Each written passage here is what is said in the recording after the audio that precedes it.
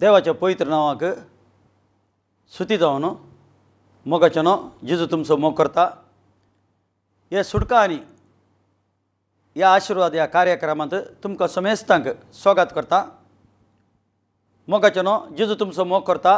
ह्या कार्यक्रमादरी सोमी तुमचे कडेन सबारपटी उलयला, कित्याक सोम्यान उलोवचें उत्तरादोरी उलोवचें आनी सबार तुमकां तुमच्या कुटुंबाक आशिर्वाद जाल्यांत सबार तरेची तुमकां समजणी मेळ्ळ्या, उत्तराची समजणी मेळ्ळ्या आनी सबार स्वता तुमकां कळीत जाल्यात। त्या बसत देवा बापाक आमी अर्घ दिता।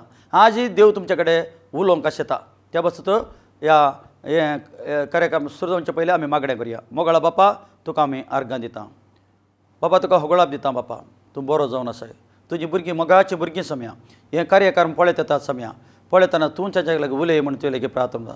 तुवें उलयची सम्याच्या कडेन, तूं उलोवन सुद्दां देव जावन आसाय। हांच्या खंयचें क्वेश्चन आसा गी ताका तुवें आन्सर दिजें म्हण तुजे लागीं प्रार्थना मागता सम्या। खंयचे कश्ट राहत गी, समस्या राहत गी, समस्याक तूं परिहार जावन आसाय सम्या। त्या बस तुका आमी बापा तुका अर्घ दिता। सम्या तुजी सहाय जाची, पवित्र म्हाका तूं सहाय कर म्हणून तुजे लागीं प्रार्थना मागता। आमेन। आज आमी देवाची उतर वाचया धर्मदूताचे कथ 13वे अध्यायांत 30 आनी 8 वोल्ट जावन आमी स्वल्प इल्लें ज्ञान करुया। देखून भावानो, ताच्या मारिफत तुमकां पातकाचें भक्षणें परगट जाता म्हणून तुमी जाणा जाया। कोणा मारिफत? ताच्या मारिफत म्हळ्यार जेजू मारिफत पातकाचें भक्षणें। पातकाक भक्षणें जाय गी जेजू कडेन विसरल्यार मात्र तें पातकाचें भक्षणें। पातकाचें भक्षणें मेळचें जेजू वरवीं मात्र पातकाचें भक्षणें। त्या बसत ते इस्रायल लोकांक सांगता, पूर्ण देवाची जिवंत केल्ल्याक कुसडाय लागली ना। ती वयलो अध्याय सकयल म्हणटा, देखून भावानो, ताच्या मारिफत तुमकां पातकाचें भक्षणें परगट जाता म्हणून तुमी जाणा जाया। आज संवसारांत सुवार्ता परगट जाता। कोणाची? कोली सुवार्ता, कोली शुभ संदेशा परगट जाता सोम्याची। ती सोम्यान म्हणा, वसा सगळ्या संवसाराक शुभ संदेशा परगट करा, परगट करा। तो गुट तांकां कोळीत करा, कोलो गुट म्हणून आदी म्हाका गुपितालो गुट ताका कोळीत करा। कित्याक? देवान बापान येसू संवसाराचो मोकले एकल्याच पुताक दान दिलो, कोणेय नाश जावं नजो म्हणून, खंयच्या मनशांनी नाश जावं नजो म्हणून संवसाराक दान दिल्लो। देवा बापान दान दिल्लो ह्या संवसाराक। कोण कोण ताका सत म्हणटात की, कोण कोण ताका स्वीकार करतात की, कोण कोण फाताक रडटात की, कोण कोण फाताक रडून जिणी बदलतात की, कोण म्हजो सोडवणदार म्हूण तूं ताका स्वीकार करता की, तुज्या जिवितांत ताका पयलो स्थान दिताय की, तूं पयलो स्थान ताका दिताय की, ताका सुटका आसा। ताका पातकाचें भक्षणें, ताका पातकाचें भक्षणें म्हूण देवाचें उतर सांगता। ताका पातकाचें भक्षणें मेळटा। देवाचें उतर म्हणटा ती स्पश्ट म्हणटा, ताका पातकाचें भक्षणें। पातकाचें भक्षणें जाय जाल्यार काय ताचें सोमी जायचें। सोम्यान वळले रोगत ते तुज्या खातीर आनी म्हजे खातीर ते रोगत वळयलां। ते रगतांत मात्र पातकाचें भक्षणें आसा मोगाचें। त्या बस तांकां स्पश्ट सांगता, देखून भावानो, ताच्या मारिफत तुमकां पातकाचें भक्षणें परगट जाल्ल्या म्हणून आमी जाणा जाया। मोइजेच्या नियमशास्त्रा वरवीं भक्षणें असाध्य। मोइजेक दिल्ले नियमशास्त्र आसात पळय, तातूंत पातकां भक्षूंचें असाध्य म्हणटा। साधना तातूंत पातकां भक्षनात म्हूण सांगता। तातूंत भक्षूंक जायना। नियमशास्त्र ती म्हणटा देवाचें असाध्य जाल्ल्यांत पातकाचें भक्षणें सत्मनतल्या समेस्तांक ताच्या मारिफत मेळटा। म्हळ्यार ती उतर अशें म्हणटा, मोइजेच्या नियमशास्त्रा वरवीं भक्षणें असाध्य। मोइजेक देवान नियमशास्त्र दिलें, पळयांनी बरोवन दिलें, 5 बूक दिले। ते 5 बुकांनी बरयलां, तुवें अशें करचें, तशें करचें, तें गेलें तशें जाता, तशें गेलें अशें जाता, तुवें ती बली दिचें, हें पुराय थंय बरयलां। पातकाची लिस्टच आसा थंय, सिरपाची लिस्टच आसा थंय। त्या बसत ती देवाच्या ताच्या मोइजेच्या नियमशास्त्रान पातकां भक्षनांत ती पातकां दमतालीं मात्र, दंपून आसतालीं। तांणी एक बोकरो व्हरून दिलो, बली दिलो, ती दमतालीं। ती एक शांती जाताली, समाधान जातालें तांकां। थोडे पारवे दिताले, तांचे दिता थँक्यू म्हण ते बली दिताले याजका सरसेवन वचून। ओल्ड टेस्टमेंट याजक आहले, न्यू टेस्टमेंट याजक न्ही। न्यू टेस्टमेंट देवाची तो स्पश्ट म्हणटा ते कोण कोण जेजूक स्वीकार करता गे, सोडवणदार म्हूण स्वीकार करता गे, म्हजो देव म्हणून तो स्वीकार करता, तोंडान सांगून तो स्वीकार करता की पोयतान काणयता की तो याजाक जावन आसा, तो राय जावन आसा, ताका रायाची पदवी दिल्या, ताका ह्या जागा आनी भुरग्यां जावची पदवी दिल्या, ताका देवाचो भुरगो जावन आसा तो.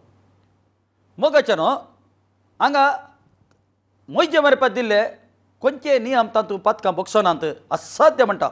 पथकां बक्षोवचें जेजूच्या बागेवंत रोगतान मात्र, जेजू मरिपात मात्र जेजूच्या एका नांवांत मात्र ती पथकां बक्षितात, दुसऱ्या खंयच्या नांवांत ती पथकां बक्षिनात. दुसऱ्या खंयच्या नांवांत ती तूं मागणें केल्यार, खंयच्या नांवांत ती तुवें मागल्यार तुजें मागणें आयकना देव.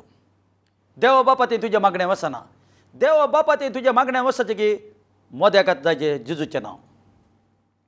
जेजूचें नांव तेज्या बापाच्या आनी मनशाच्या मध्यस्थ जावन आसा. सो स्वामी जेजू क्रिस्त जावन आसा. ताच्या वरवीं मात्र बक्षणें आसा मोगाचें नांव. दुसऱ्या कोणा वरवीं बक्षणें ना. ताच्या नांवांत मात्र बक्षणें आसा. ताच्या नांवांत मात्र पथकाचें बक्षणें आसा. तुजें केदो व्हडलें पथक आसूं, कितलें तूं पथकी जावन आसा, जेजू कडेन केदार तूं बक्षणें मागून तूं पश्चाताप जालो की पश्चाताप बक्षणें तुजीं पथकां बक्षली म्हूण देवाचें उतर सांगता. तुजीं पथकां बक्षुची. पथकां बक्षुचो अधिकार देवा बापान कोणाक दिला? जेजूक मात्र दिला. मनीस जावन आयिल्ल्या त्या जेजूक मात्र पथकां बक्षो. जेजूच्या नांवाक मात्र ते पथकां बक्षतात म्हूण सांगलां. जेजूच्या नांवांत मात्र पथकां बक्षिता. तूं केदां पश्चाताप जालो की हांव एक पथकी जावन आसा, हांव पथकांचो जल्मलो, हांव पथकी जावन आसा, म्हजी जिणी बदलची म्हूण म्हाका एक नवो जिवीत जायचें म्हूण केदां तूं मन कर, जेजू स्वीकार करता की तूं एक नवी सृश्टी जाता म्हूण देवाचें सांगता. तुजे परणे पुरे गेले म्हूण सांगता. दुसऱ्या कोरिंथीकाराच्या पत्रांत ती म्हणटा, ती उतर म्हणटा, तुजीं पथकां सगळीं गेलीं बक्षिलीं आनी तूं नवी सृश्टी जालोय. परणे पुरो तुजें गेलें, तुजें सगळें नवें जालें म्हणटा. तूं तुका नवी जिणी मेळ्ळी म्हणटा. तुका नवी जिणी मेळ्ळी, तूं नवो जालोय. एक मनीस नवो जाल्ले उपरांत परतें त्या किचडाक वचोंक ताका जायना. त्या गाणीक वचोंक जाता. एक फावटी ती गाण म्हणली कळ्ळी ताका, एक ती गाण म्हणलें कळ्ळें, तो परते गाणीक वता गे. एक फावटी ताका कळ्ळें तो सोरो निजाय कितें एक देंवसराचें तावन आयिल्लो म्हूण तो मागीर पियेता गे. तो ते कांटलो म्हूण पियेता गे. तो निजा की ताका समजून येयल्यार तो पियेता गे, पियेना. तशेंत स्वामी जेजू वरवीं मात्र एका नांवांत मात्र पथकाचें बक्षणें म्हाका सुटका, म्हाका शिरापाची सुटका मेळटा म्हूण कळ्ळ्यार मागीर तो परते पथका वता गे, पथका करूंक वता गे. ना वचना. आतां सत कळीत नातल्ल्या वरवीं आमी कायलें करता, आमकां मालगाड्यांनी शिकयल्लें तातूंत आमी फॉलो करतात आसा. मालगाड्यांक गुर्तून येतलें मोगाचें न्हू, तांकां गुर्तून येतलें तेंत आमी फॉलो करतात. काल हें जालां, पयत पुस्तक ओपन जालां, पयत पुस्तक स्पश्ट करून बरयलां कित्याक लोकांनी बचाव जायचें म्हणून. लोकांनी बचाव जायचें, लोकांक सत कळचें. त्या भाशेन जेजू म्हणटा सत तुमकां कळीत दितलें, सत तुमकां सुटका दितलें. सत मात्र सुटका दिता तुका, दुसऱ्या खंयचेय सुटका दिवंक जायना म्हूण देवाचें अनेक उतर आमी वाचशां ती. आमी मोजे शास्त्र नियम 17 वरवीं बक्षणें असाध्या जाल्ल्यान पथकाचें बक्षणें सतमन जाल्याक समेस्तांक जेजू ताच्या मार्फत म्हळ्यार जेजू मार्फत मेळटा म्हूण सांगता. हांगा 5व्या अध्यायांत आमी उतर काण 21 ओळ 30 आनी 1 ओळ तुमी काण वाचा. धर्मशास्त्रांत ताचे वरवीं इस्रायलाक परज्याक जिणी बदलूंक आनी ताच्या पथकाचें बक्षणें जोडूंक देवान आपल्या पदवेन ताका मुखेल आनी सोडवणदार म्हणून उंच बारलो. मोगाच्या न्हू भाव आनी भयणीनो, एक्चुली जेजू आयिल्लो ती म्हणटा सुकोन गेल्या बोकऱ्या लागीं, सुकोन गेल्या आसात म्हणजे बोकरे, तांच्या लागीं वचून तांकां सुवार्ता प्रकट करा म्हूण. जेजू आयिल्लो इस्रायल लोकां खातीर आयिल्लो, योद्ध्या खातीर आयिल्लो, तांकां बचाव करूंक जेजू आयिल्लो. केदां तांकां समजलें ना. त्या इस्रायल लोकांनी, योद्ध्यांनी तांकां गुत्त आसलें, तर सोडवणदार येता म्हूण तांकां गुत्त आसा. तांणी ग्रंथ वाचला, प्रवाद्या मार्फत आयकलां तांणी, जाल्यार तांचे आत्मीक दोळे बंद जाले. ताचे आत्मीक दोळे बंद जाल्ले वरवीं जेजूक तो सोडवणदार म्हणून तिकार करूंक तांकां जाल्लें ना. देवाचें उतर म्हणटा तो इस्रायल लोकां खातीर आयिल्लो, यहुद्याच्या कुळयेंत तो जल्मलो. इस्रायल लोकांक सोडवणदार येता म्हणून गुत्त आसा. ते राखतेत आसले, आजीकय राखतेत आसा ते.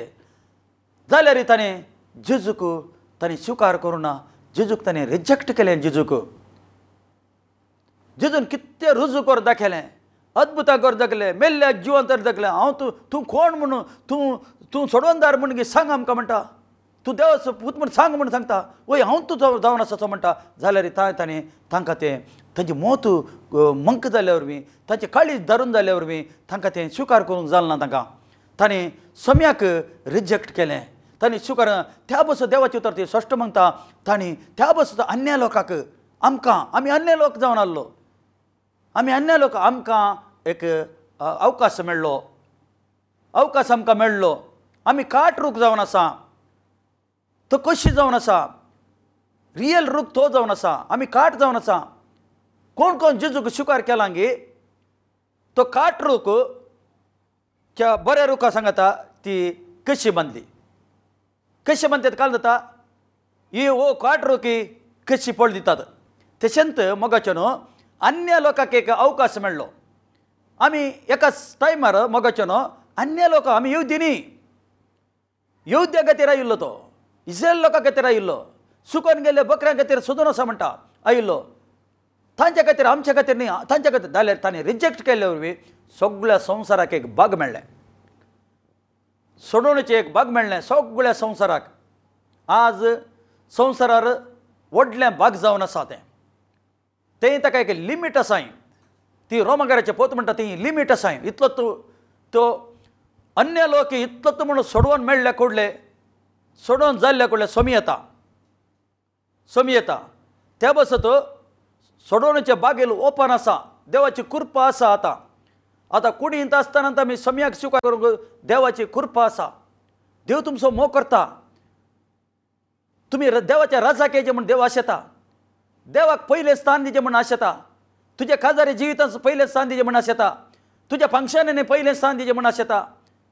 तुज्या हर एका जिविताच्या हर एका घडीतांनी सम्याक पयलें स्थान दिचें म्हूण देव आशेता. आपल्या पुताक मान मेळचें म्हूण आशेता. देव बाप काले आशेता आपल्या पुताक मान मेळचें. आपल्या पुताक पयलें स्थान मेळचें म्हणून देव आशेता. देव दुसरें कांय आसना. तुजी हर एका संगती ती मोदेगात जिजू आसाचें. हर एका तुज्या हर एका कामांनी मोदें जिजू आसाचें. कुटुंबा जिवितांत जिजू आसाचें तें आशेता. सगळे तुज्या काळजांत सगळ्याच्या शक्तीन सगळे बुद्धी एका निज देवाक तूं आराधना कर. कोण जावन आसा एका निज देव.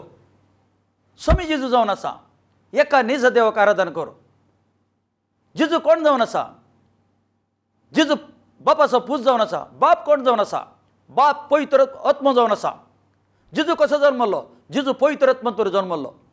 पवित्र आत्मा जल्मलो कोण जावन आसा. पवित्र आत्मा जावन आसा.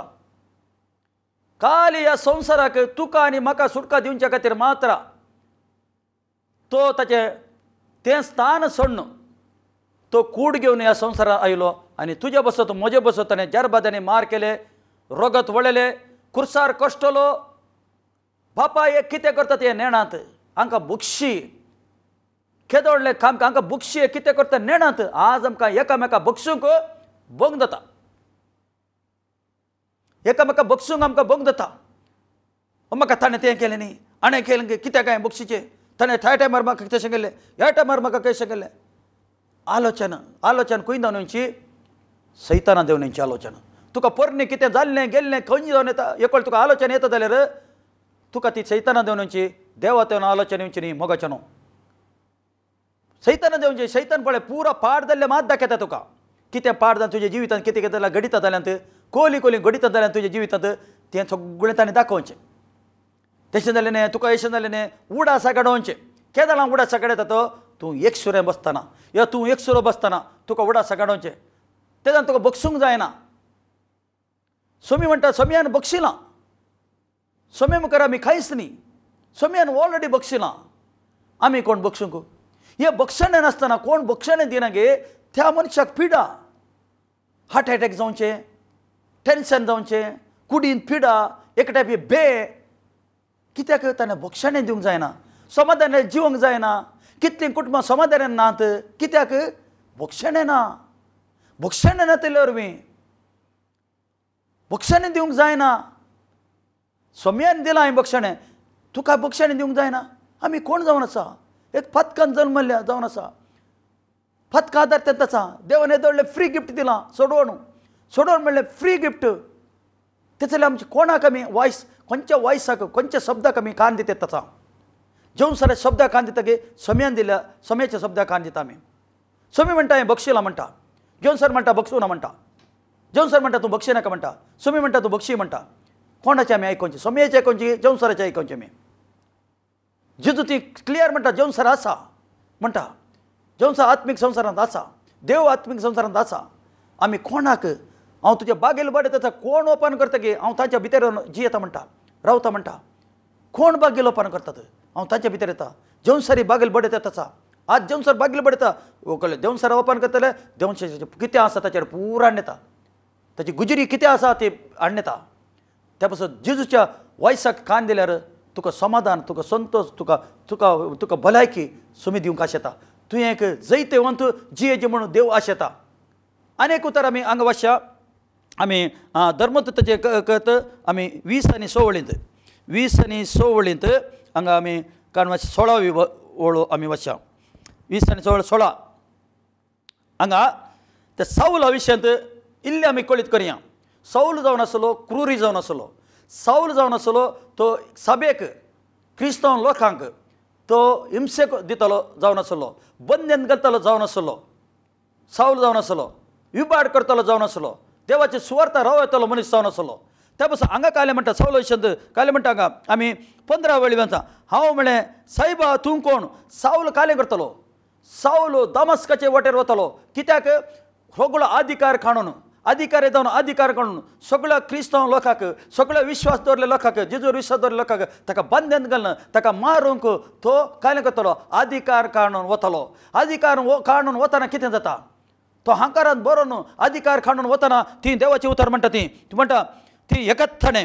ती काय जालें ती आमी वयली वळ 14 वळ आमी सकड धरणेक शेवटल्या म्हणटा ती त्यो अधिकार काडून वतना ती देव ताका विजिटेशन दिलें देवान देवाचें विजिटेशन एनकावंटर म्हणटात ताका इंग्लिशीन एनकावंटर विजिटेशन देवाचो उजवाड ताणें पळयलो देवाचो शब्द ताणें आयकलो म्हणटा ती उतर म्हणटा सक्कडी धरणेक शेवटले थवळ हरामेची भाशेंत म्हळ्यार हिब्रू भास हरामे भाशेंत म्हजे लागीं उलयलो म्हणटा तो उलयलो म्हणजे हरामे भाशेंत म्हळ्यार हिब्रू भाशेंत म्हजे लागीं उलयलो म्हणटा जायतो लोक आलो ती जायत्या लोकांनी उजवाड पडयला जायतो लोक ती आलो पुरो लोक धरणीक पडला तो उजवाड देवाच्या उजवाडा मुखार कोणाकय रावंक जायना खंयच्या मनशाकय रावंक जायना समय मुखार कोणाकय रावंक जायना तो उजवाड जावन आसा पुरो धरणीक पडले जाल्यार हिब्रू भाशेंत हरामे भाशेंत उलयलो म्हणटा कोणाड उलयलो त्या साऊला लागीं मात्र उलयलो आदीक आमी पळयता पयत पुस्तकांत ताचें पावल म्हणून ताचें नांव बदल्लें मागीर तो साऊल जावन आसलो ती उतर म्हणटा साऊला साऊला कित्याक म्हाका तूं दागिताय पळय सोमी म्हणटा सोमी खंय आसा आतां जेजू संवसाराक आयलो ह्या संवसाराक आयलो कुर्सार मेलो पुनार जिवंत म्हणून जालो ह्या संवसारांत 40 दीस आसलो 40 स्वर्गार गेलो आतां तो खंय आसा आत्मीक संवसारांत आसा ती जावन तो पळय साऊला साऊला म्हणून हाका आपयता आसा साऊला साऊला म्हणून आपयता साऊला साऊला कित्याक म्हाका दग दिताय कित्याक म्हाका दग दिताय आज एका विश्वासाक कोणी दग दिता जाल्यार कोश्ट दिता जाल्यार समस्या दिता जाल्यार देवाचें काम करतले मनशाक समस्या दिता जाल्यार तो कोणाक समस्या दिता त्या मनशाक न्ही सम्याक जेजूक ताणें कश्ट जेजूक ताणें कश्ट जेजूक हिंसा दिवची ताणें हांगा म्हणटा कित्याक म्हाका दग दिताय अंकुशाचेर खोट्यांक खोटोवंक तुका कश्ट मारतले म्हळ्यार अर्थ कलो म्हळ्यार कांटे बरलो एक एक एक हें आसा म्हळ्यार एक लोंकडाचो एक व्हडलो गुळो आसल्यार ताका कांटे आसतात त्या कांट्याक तुका खोटोवंक तुका तितलें इजी ना म्हणटा तूं काले करता ते दग दिताय म्हणटा अंकुराच्या खोट्याक तूं कश्ट मारतले तुका कश्ट मारतले तूं खोटयताय त्या कांट्याच्या व्हडल्या गुळ्याक तूं खोटयताय म्हळ्यार तूं विश्वासांक तुवें दग दिवचें हिंसा दिवची म्हळ्यार सम्याक हिंसा दिवची एका विश्वासाच्या विरुद्ध उलोवचें म्हळ्यार सम्याच्या विरुद्ध उलोवचें सम्याच्या उतराच्या विरुद्ध वचें ताका निंदा करची म्हळ्यार सम्याक निंदा करची जावन आसा सम्याक निंदा करची ती तुका कश्ट मारतले म्हणटा तूं आतां हिंसा दिता आनी तुका कश्ट मारतले म्हणटा पळय ती परतें तूं कश्ट मारतले हांवें म्हळें सायबा तूं कोण सायबा तूं कोण जावन आसाय कोण तूं तो गुत्तू ना तो वॉयस मात्र आयकता शब्द मात्र ऐकता दोन्ही ताचे समय ताचे उठ्ठाले वर खुद त्या गोड्यार आयले लोक सकयल पडला उजवाड पडलेलो तो सकयल पडला तूं कोण सोम्या कितले लोकांक सोमी कोण म्हणून गुत्तना आजीक कोण सोम्या तूं कोण जावन आसाय पळय तूं कोण जावन आसाय येहुदी कुटुंबान जल्मला वो येहुदी जावन आसा वो कुटुंबान जल्मला ग्रंथ वाचला हगळे वाचला धर्मा खातीर वता अच्छा धर्मा खातीर वो खालें करता धर्मा खातीर धर्म वाचोवचे खातीर वो खाले लोकांक विश्वासी लोकांक मारतात आसा धर्मा खातीर तुमी धर्म करूंक घेवना तुमी धर्म करूंक आयिल्लो न्ही तुमी बापाचे पुताचे रिलेशनशीप धरूंक आयिल्लो आगो तूं कोण सोम्या म्हणटा पळय तूं कोण सायबा सोम्या सायबा तूं कोण आनी सोम्यान जाप दिली हांव जेजू आनी म्हाका तूं दग दिताय हांव जेजू जावन आसा म्हाका तूं दग दिता ताका वायस मात्र आयकता आत्मीक लोकां जावन ताका वायस आयकता सोमीकूय आतां आत्मीक सर्गर आसा ती जावन ताका वायस आयकता आसा ताका शब्द आयकता आसा तो शब्द आयकता आसा कोण सोम्या तूं म्हाका दग दिताय म्हणटा एका विश्वासाक एका जेजूक स्विकार केल्ल्या क्रिस्त मनशाक तूं दग दिता जाल्यार ताका निंदा करता जाल्यार ताका कश्ट दिता जाल्यार ताका मारता जाल्यार मारताल्यांक तूं सपोर्ट करता जाल्यार खाल दिता कोणाक जेजूक दग दिवचें सोम्याक दग दिवचें जावन आसा सोम्याक दग दिवचें जावन आसा सोम्याक निंदा करचें जावन आसा सोम्याचे विरुद्ध वचचें जावन आसा खंयचे म्हणून सोम्याचे विरुद्ध वचूंक कोणाकी साद दिसना सोम्याचे विरुद्ध खंयच्या मनशाक कित्याक तो सोमी जावन आसा तो रचणार जावन आसा तो आमकां पोसणार जावन आसा आज तुवें जिवंत आसा जाल्यार तो जावन आसा कारण जावन आसा ताचे मार्फत आमकां आमी आज जल्मान आयल्या संवसारांत ताच्या स्वरुपाचे जल्मान आयल्या संवसारांत ह्या संवसारांत ताणें गर्भांत आमकां पळयलां आवयच्या गर्भांत ताणें पळयलां देवाचें तर स्पश्ट म्हणटा तुका गर्भांत आसतना हांवें पळयलां म्हणटा तुवें आवयच्या गर्भांत आसतना तुका हांवें पळयलां तूं ल्हान आसतना हांवें तुका पळयलां म्हणटा तुका दिश्ट तुजेर लायल्या म्हणटा सोमी म्हणटा त्या पासून हांगा खालें म्हणटा उतार खालें म्हणटा आनी सोम्यान जाप दिली हांव जेजू आनी म्हाका तूं दग दिताय पूण आतां उठ आनी उबें राव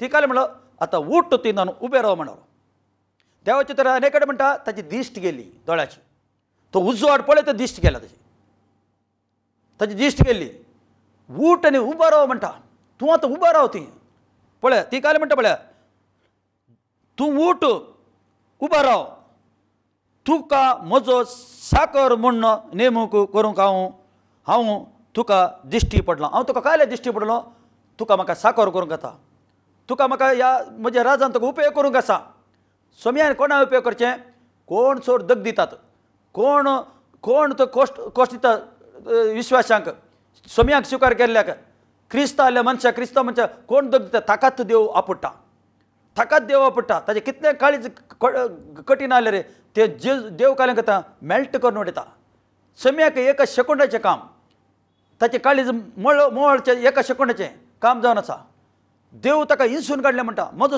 तुका सीस केला म्हणटा म्हजो साकर केला म्हणटा ताका ते साकर करचे खातीर तो दिश्टीक पडलो तो देवाच्या विरुद्ध वतलो तो साकर करचे खातीर हांवें ताका दिश्टीक पडलो हांव तुका दिश्टीक पडना त्याच कारा खातीर दिश्टीक पडला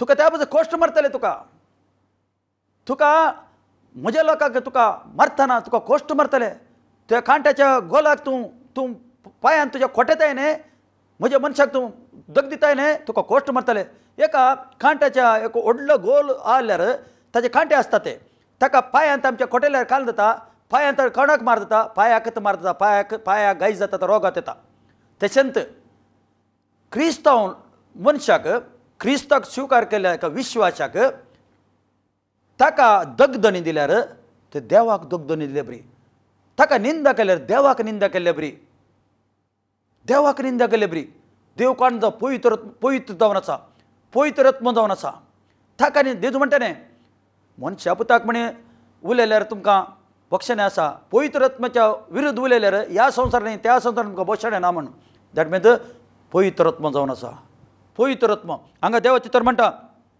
दिश्टीक पडलां हांव आज दर्शनांत म्हाका पळयल्ल्या विशयांत तशेंच ह्या फुड्या हांवें तुका दाखोवच्या आसल्या त्या दर्शना विशयांत हांवें म्हाका साक्ष जावच्या खातीर जुदेव आनी हेर जातीच्या लोकां मदीं हांव तुका धाडटां जुदेव आनी हेर लोकांच्या लोकांमध्ये हांव तुका धाडटां. तो भयंकर कुरिरी जावन आसलो, तो बारीक ग्रेस जावन आसलो, तो इन्फ्लुएन्स मनीस जावन आसलो, जाल्यार देवा मुखार जेजू मुखार ताका मेळटा जायचें पडलें. हांव जुदेवते मध्ये अन्य लोकांच्या मध्ये तुका धाडटलो. त्या बसत आमी पळयता, तो सौल आसलो, तो पाऊल जालो, तो पाताक रडलो, ताणें जिणी बदलली, ताका विजिटेशन 3 दीस उपास आसलो. तो उपास रावन ताणें पयसतान काडले, बुडोवन पयसतान काडून गेले आनी सगळ्या संवसाराच्या कोनशा कोनशाक वचून सुवार्ता परगट केली. ताणें कितली दगदोणी ताका मेळ्ळी, कितली दगदोणी मेळ्ळी, कितले कोश्ट मेळ्ळे ताका, कितले फावटी जैला वचचें पडलें ताका. ताका मन जशें झगडलो म्हणटा, ताका युदाळ वच साबली म्हणटा, तातूंत तो बचाव जालो. वाऱ्या वादनांत दर्यांत पडलो, तो बचाव जालो.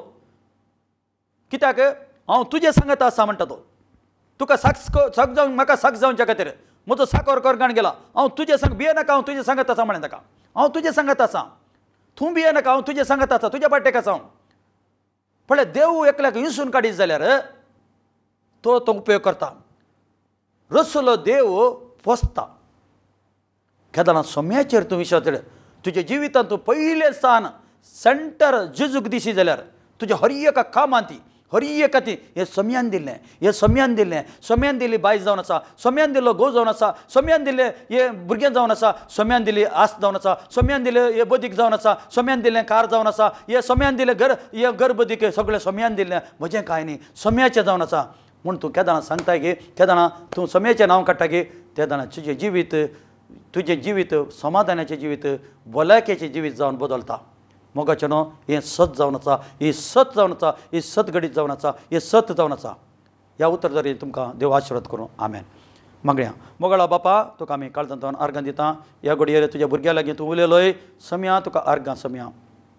सत तांकां तुवें उलयलें सम्या, सत तांकां कळीत केल्ल्या खातीर अर्गां दिता सम्या. ताजी म्हत्व जाल्ल्या खातीर अर्गां दिता सम्या. देवाच्या पवित्रत्वान तांकां आपोड म्हणचें मतां. उतराची जाणवाय नासतना ती कोश्टार आसूंक बरो, पिडेर आसूंक बरो, ह्या आशिर्वाद नासतना आसूंक बरो. आज तुवें तांकां आपोड जे देवाच्या वतीन टच कर तांकां. खंयच्या बागार ती दुखेर आसात गे, खंयची पिडेर आसात गे, खंयच्या बागार ती कोश्टार आसात गे, खंय फेयल्यार आसा गे, सगळे जेजूच्या नांवान सम्या ते थुटोन घालता सम्या जेजू. आनी तांकां आशिर्वाद हांव सम्या, तांकां आशिर्वाद ओपन जावन स्वर्गाचो ओपन जावन तांकां आशिर्वाद हांव रिलीज करता सम्या. ती आशिर्वाद जावन सम्या, ताजे कुटुंब आशिर्वाद जावन, ताजे भुरगीं आशिर्वाद बरी समजणी भुरग्यांक मेळोन म्हूण मागता सम्या जेजू. तांच्या कुटुंबांत मोग वचोन सम्या जेजू. तूंकय आसा ती मोग जावन आसा सम्या जेजू. अशें ती सम्या ती आशिर्वाद जाल्ल्या खातीर अर्थ, तांचे कुटुंब आशिर्वाद जाल्ल्या खातीर अर्घ दिता सम्या. सम्या आमच्या तुवें मागणें आयकल्या दिता. तुवें सम्या आमच्या मागिल्ल्याक तुवें आन्सर दिल्ल्या खातीर बापा हे मागणें मागता तुजे पुता आमच्या सम्या जिवच्या नवे. आमेन. हे कार्यक्रम पडल्यार देव तुमकां बरें करून. आमेन.